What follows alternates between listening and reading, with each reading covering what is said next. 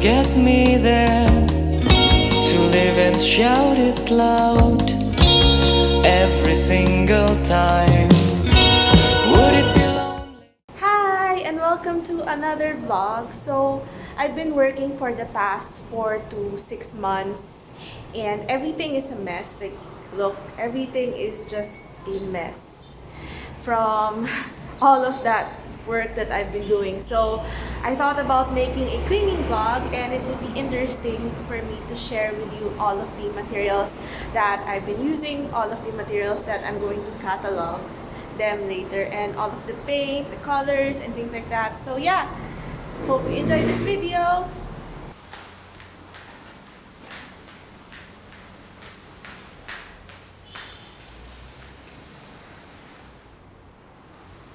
Hi again, and I actually bought a cart from an online store, and it was delivered yesterday, and it's actually like this cart.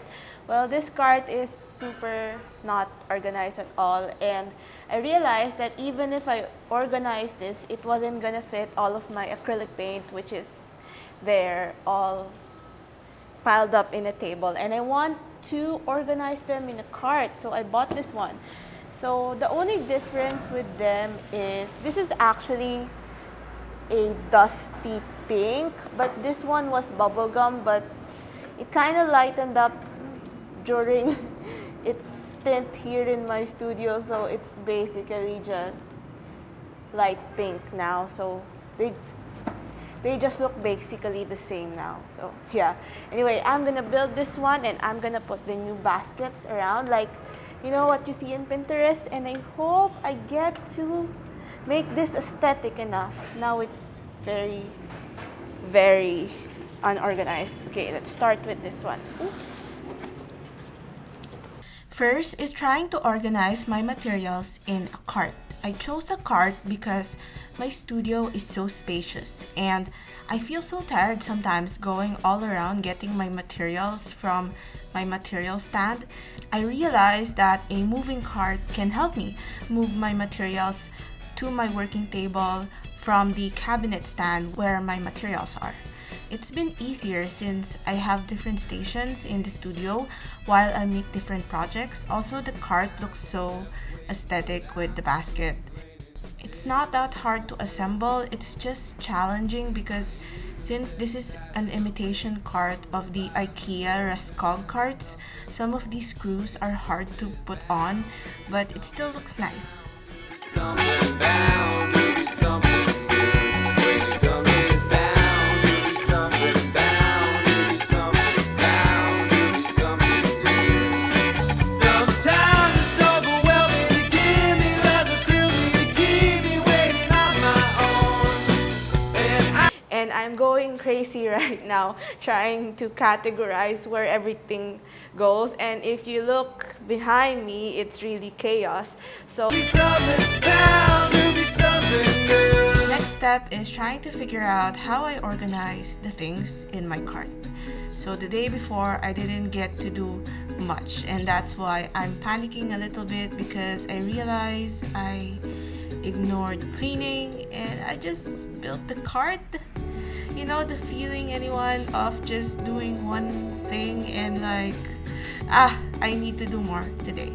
So I have always wanted to arrange my brushes in one place via size. So I'm happy that the carts came with free hanging baskets all around. It makes my life so much easier. Also, I put some of my mixing sticks and plastic utensils. I use this to mix some paints or some medium that I use for my work. Then we arrange my paints. So the plan is not to dump them anymore in a pile, but segregate them by color. I've learned throughout the years that I use certain kinds of colors, so I segregate them by red, blue, and yellow. So violets are with red, greens are with blue, and oranges are with yellow. And with this kind of method of organizing, I can put them in the same place after using them and not dump them all and not know which one is the color. It helps to be organized a bit when I use a lot of colors, and sometimes I buy new paint without realizing that the paint that I wanted was at the back of the pile, so this one will save me money. I also put my watercolor and water-based materials in this cart, and the other cart has my pens and my tools. And so we deal with this monstrosity of a table. The mess just piled up as I was using glitters in yogurt cups, and these yogurt cups are so amazing because I eat off of them and then I use them as mixing cups, and I just clean them and reuse them again, stack them on one side and clear the mess. But when the mess is this big, it takes a lot more time. Then I deal with the mess I made. When cleaning, you also create a mess. And sometimes I worry how much mess I make, but I accept that this is part of the process and I try my best to clean this. I'm so tired watching this video.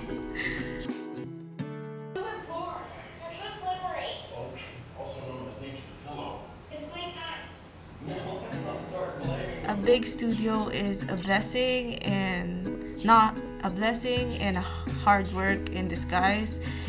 It's nice to have space, but it's hard to clean, especially when I'm all alone.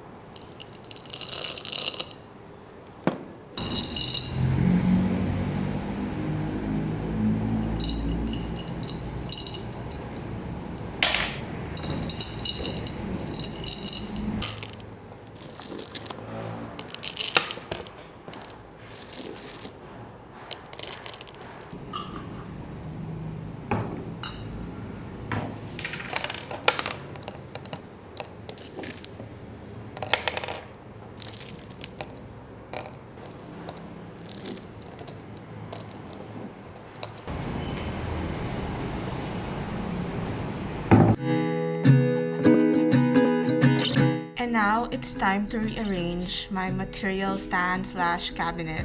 And I bought this a while ago at a hardware store, and it's really nice because it's open on some parts and I could see the materials that I have.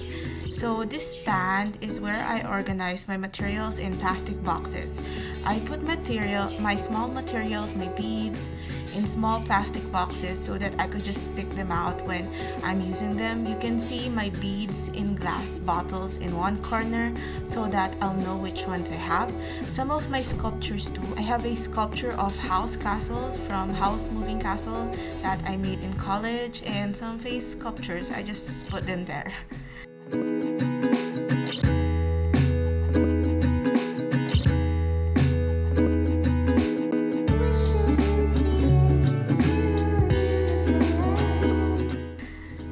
Now I catalog my paints.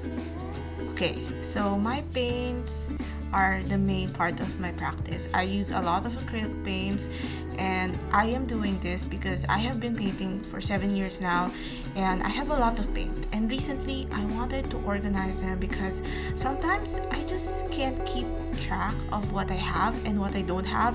So I threw away, as I've said a while ago, all of my used paints, and I brought new ones, and now I'm swatching them in these small booklets that I made so I'll know which one I have. I didn't also close the booklets. I just put paper clips on them so that when I buy more paint, I could just add more pages.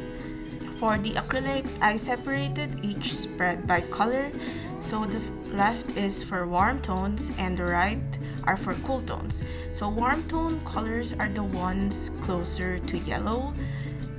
You know, the sun, warm toned colors like oranges, yellows, yellow-orange. And for the cool tones, they're the ones closest to the blue, like blue violets, red violets, basically colors that look more cool in the eyes. So by doing this, I realized my color biases, and I hate to admit, I just love magenta so much. Magenta is a cool tone red, and I have 3 types of magenta and less of the warm reds on the left side, which are the cadmiums. And I kind of want to use a lot more warmer reds in my work. I'll have to figure that out. And for blue, I have so much blue I didn't even realize. I love using so much cool tone blues, as you see, and because my favorite blue is the phthalo blue from Golden and the Prussian blue from Grambacher, and these blues are so cool, and sometimes I forget to use the ultramarine blues on the warmer side. The warmer ultramarine blues, I rarely use them, but I have some. So also like the warm reds, I'll figure out a way to use them. And with yellow, I am torn because with yellow, I've always been a fan of lemon yellow or the cool tone yellow, but now I bought more warmer yellows because I want to experiment with the orange range, as I've said, but I don't know how that will go. Let's see. And as I've said, I'm very biased to cool tones. In this section are the special effects. So a lot of them are seen when glazed over dark colors, and mostly I get them from the Golden brand or random metallic shades from different brands. I love using the Golden line of iridescent paint. They look so magical in real life, not so much in white paper, but I love using them as mix-ins or glaze overs, and when you look at it in person, it shifts colors in different shades, and it's quite amazing when using them in fantasy paintings as the one that I've been doing. Next sections are neutrals. So yellow ochre is a neutral color that I use the most. Sometimes I start my paintings with yellow ochre because I don't want to start with a white canvas. I don't know, it's just something that I do a lot. And most of my friends know this, but I never use black. No, I don't. But what I have is paint gray, which is a bluish, blackish gray. It's the darkest one I have. And if I need black, I would just mix it. Or if I need to darken a color, I will mix it with a complementary color. This is just a personal preference. You could use black as much as you want. It's just me. Next section are the water-based paints. I have this watercolor Cotman series and some Pebeo tube watercolors. So I just bought them through my student years, and I just need to swatch them because I don't use them more often, and it's nice to know what colors I have. Rather than watercolor, I mostly use poster colors. I have this set from Dong A, and these are opaque and they remind me of acrylics. so much that I use them sometimes as study paints before painting. Next are the Hini Maya gouache.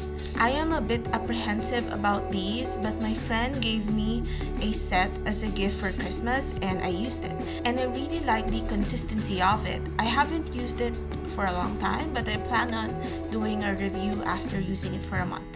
It works well with both watercolor and poster color.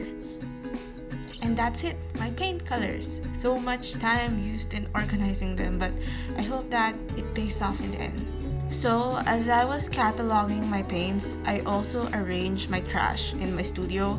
I arranged the one that I will want to throw away, the ones that I can recycle, and some materials that I bought from online shopping. So I use a lot of cups that, for example, from noodle cups, from yogurt cups, I use them as mixing cups. Sometimes the ones that I use as water cups for my brushes are from Starbucks because I don't think that you should use a new cup for that. And when I finally have it cleared out, I swept the floors and it's time to mop out the dirt. Now this part is like a cardio workout. I work in 2 sets, mopping with soap and then mopping with water. After this, I'm so beat, like literally so tired that I just only do mopping for about twice a week, and I deserve a cola.